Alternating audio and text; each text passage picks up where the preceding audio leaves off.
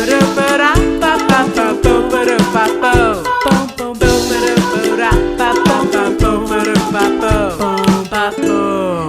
is an interesting trip because it gives us a new perspective on how we're going to talk about Furmint to our customers.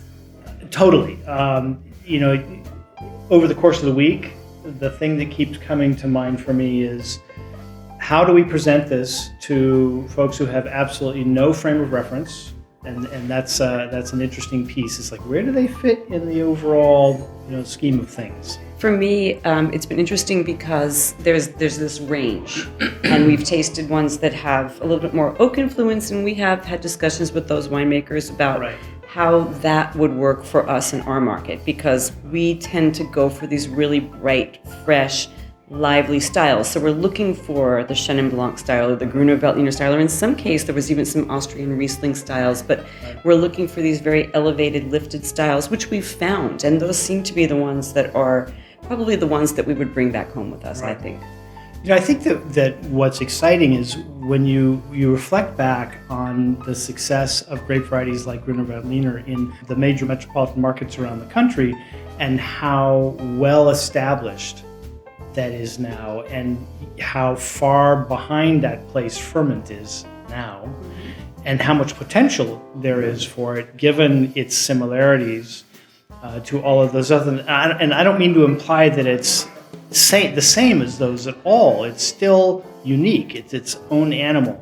But it's natural, I think, to look for common reference points. And I think what's nice for me is that it's actually really easy to understand. There's these grapes that I call like the novelty grapes that, they're nice to try and you can have once or twice, but you don't go back. And you also don't need a bunch of them. You can have one or two on the shelves. And actually with Furmint, there's enough styles and there's enough interest and enough diversity that we could present a few. And we can talk about the differences and actually truly like them and bring them home. And even, when we paired them with food, there were ones that worked really well with more rich dishes. Right. There was a whole range of cheese that we could pair with them. We're just talking about the dry ones. I mean, There's really the range and the spectrum of ways in which we can present it is actually really exciting. The wines age so beautifully. I mean, we have had the most incredible experience with older ferments, and they're still like so remarkably young. And if I could think about what I'd want to